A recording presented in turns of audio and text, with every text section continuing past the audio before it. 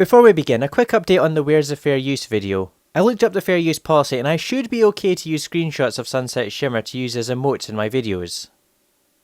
According to Wikipedia. Another day, another George Arthur Bloom episode. This one starts with the gang throwing Bonbon's diary around. You know, with the amount of times Melody has bullied people on this show, I should really have a counter somewhere. But then, the curse of the teapot strikes again when Melody throws Clover the diary. Bonbon's right. We're all to blame. Oh good, lesson learned, episode over. My Little Pony. We're gonna have to buy a whole new tea set. Well, they head to a store to look for a new tea set. Even though I question if they have a kettle or any other way to boil water in their clubhouse, but... Look at this one. It's got little ponies all over it. So, they're little ponies buying a tea set with little ponies printed on it. Mind you, that makes more sense than people buying a plastic infant to play with, so I'm probably just overthinking it when I say that's weird. Mind you, this scene does finally explain what jangles are.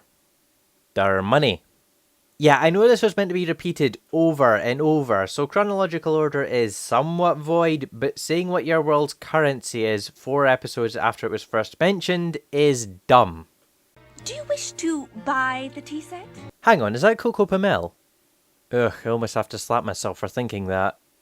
Well, it turns out the gang doesn't have enough jangles to buy the tea set. I know! We can open a lemonade stand! Well, at least it's not criminal. Although I will question something later on. And with that, they open a lemonade stand, and business seems to be doing well. And to all those who say they want more male characters in MLP, look! Here's Ace, Lance and Teddy. Granted, they're as well written as a Lynx advert, but they have penises, apparently. So, what are they up to this episode? Let's set up our own lemonade stand. Brilliant! With that, they go to, I assume, Lance's house to make lemonade. Yes! Needs more sugar. I just put some in. Put more in. This is the 4th batch. We must be missing an ingredient. Don't those idiots have a recipe book or something? It's so sweet. My teeth are stuck together.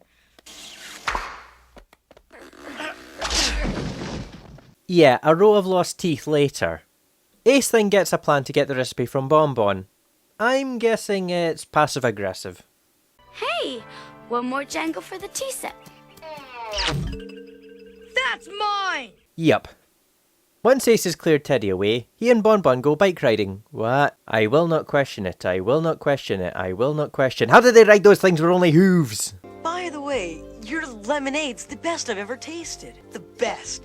I'd love to know how you make it. 100 push-ups, 100 sit-ups, 100 squats, and 10km running every single day. Of course! The next day, the gang's lemonade stand isn't doing so much business since the boys have opened up their own one across the street. Which I question since they're both selling the exact same product for the exact same price, but whatever. Yes, again. I told Ace how to make it. Don't cry, Bonbon. We forgive you. Or we will right after your public execution. We love you, Bonbon! Heh, just randomly proclaim your love. The gang then go to confront Ace, Lance and Teddy. You stole our secret formula! Question, where did you get the lemons from? The only ingredient we know where they got it from was the mint leaves. The lemons, the sugar, the whatever other ingredients go into lemonade. It's never specified where they got them from. So, for all we know, they could have stolen the lemons from someone's garden and are now selling them for their own profit. You can't scare us away, Ace. Anyone else think it's a great irony that I started working on this video on the 15th and the Where's the Fair Use thing started the next day? And I didn't even notice that line until after I uploaded my own video. This of course leads into the song.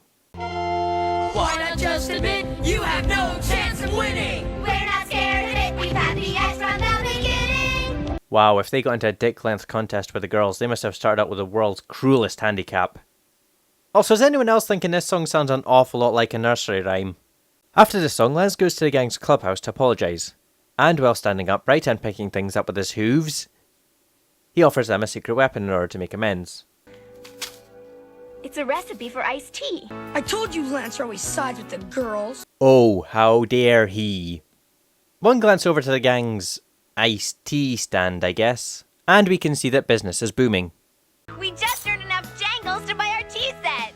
Now we can have a for-real tea party again. Let's go, everybody. Wait, don't you have customers you should be serving? Well, the gang seemingly leave Lance in charge of the stand, and Ace and Teddy walk off into the sunset together. This may seem like a very cliche thing to say when talking about My Little Pony Tales, but this is quite a mean-spirited episode. That said, this is surprisingly like the Where's the Fair Use campaign. Now I should clarify, I personally haven't been hit, all I've gotten is the includes copyrighted content. And that one strike that was my own fault. But since it started, there have been many stories of critics, reviewers and content creators having their work stolen or their whole channel being taken down by companies and or individuals trying to squeeze every last penny they can or censor criticism. The thing is, much like Teddy and Ace, they will lose. Not just because what they're doing is wrong, but much like the gang, we're not going away. Now that I think of it, this is actually a surprisingly deep episode.